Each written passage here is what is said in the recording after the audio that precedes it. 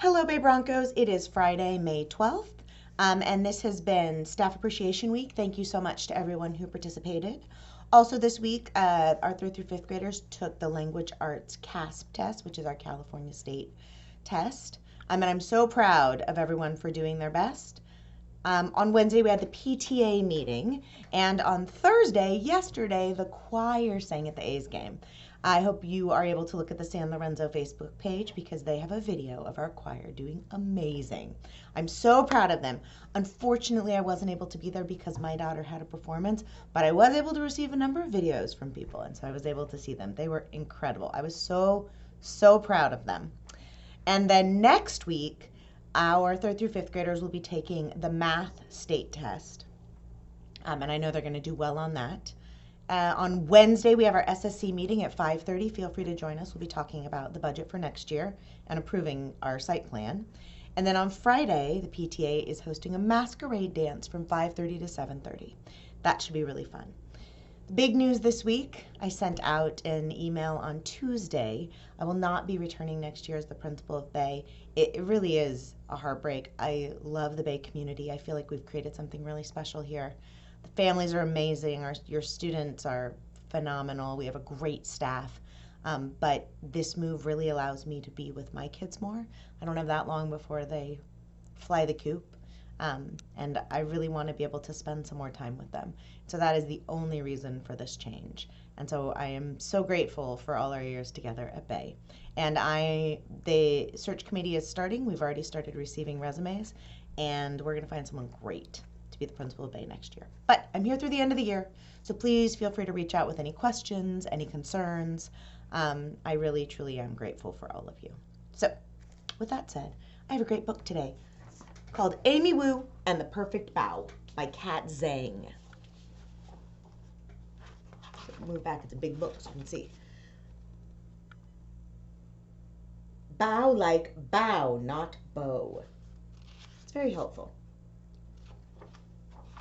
Amy Wu and the Perfect Bao. Amy can do a lot of things. She can brush her teeth. She can tie her shoe. She can even do both at once, sort of. But there's one thing Amy cannot do. She cannot make the perfect bao. Sometimes they come out too small. Sometimes they come out too big. Sometimes she adds too much filling, sometimes not enough, and sometimes they fall apart before they reach her mouth. They look delicious though. Amy's mom and dad make perfect bao. So does her grandma. Their baos are soft and fluffy and so delicious. Amy could eat them all day. Sometimes. She does. Today, Amy is going to do it. She's going to make the world's most perfect bao. Bao making is an all-day event. Amy's dad starts in the morning mixing together the ingredients for the dough. Then it's time to knead. He pushes the dough. He punches the dough. Amy gives it a try too. They leave the dough to rise. Amy keeps an eye on it just in case it grows bigger and bigger and bigger and even bigger. Amy squishes the dough down just in time. Oh, Amy's dad squishes the dough down just in time. Amy's dad squishes the dough down just in time. He rolls it into a log and cuts it into pieces. Meanwhile, Amy's mom seasons meat for the filling. Garlic, mushrooms, ginger, pepper, salt. This is making me hungry. Everyone gathers around the table and rolls up their sleeves. It's time to get to work. Amy's first bao turns out a little funny. So does the second. It's hard to know how much filling to add. Too little and the bao is sad and empty. Too much and oops! Oh, I think the cat likes when there's too much. It's also hard to pinch the bao shut just right. Pinch, pinch, pinch.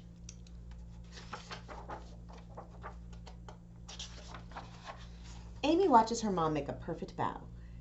She watches her dad make a perfect bao, and her grandma too, and they all try to teach her. Roll out the dough like this, says Amy's dad. Use just enough filling, says Amy's mom. Pinch, pinch, pinch, says Amy's grandma. But Amy's bao just aren't the same. They are too empty or too fat. They have holes in them. They leak. Maybe today wouldn't be the day after all. Maybe Amy just can't make a perfect bow. I think she's frustrated. Then Amy has an idea. The pieces of dough were cut for grown-up hands, but Amy's hands are very small. She whispers her idea into her grandma's ear. Amy's grandma cuts each piece of dough into 2 smaller pieces, Amy-sized pieces. Now they fit perfectly in Amy's palms. Carefully, Amy rolls the dough so it's thicker on the inside and thinner on the edges. She adds just the right amount of filling. She pinches it shut. And there it is. Amy's perfect bow. She makes another, and even more after that. She's a bow-making master.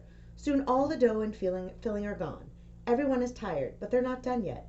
Amy's grandma boils a big pot of water. It's time to steam the bow. Amy keeps an eye on the steamer, just in case. All her perfect bow and all the imperfect ones too are snug inside. The bow are done. Amy's mom lifts the lid off the steamer. Whoosh! Out comes a puff of steam.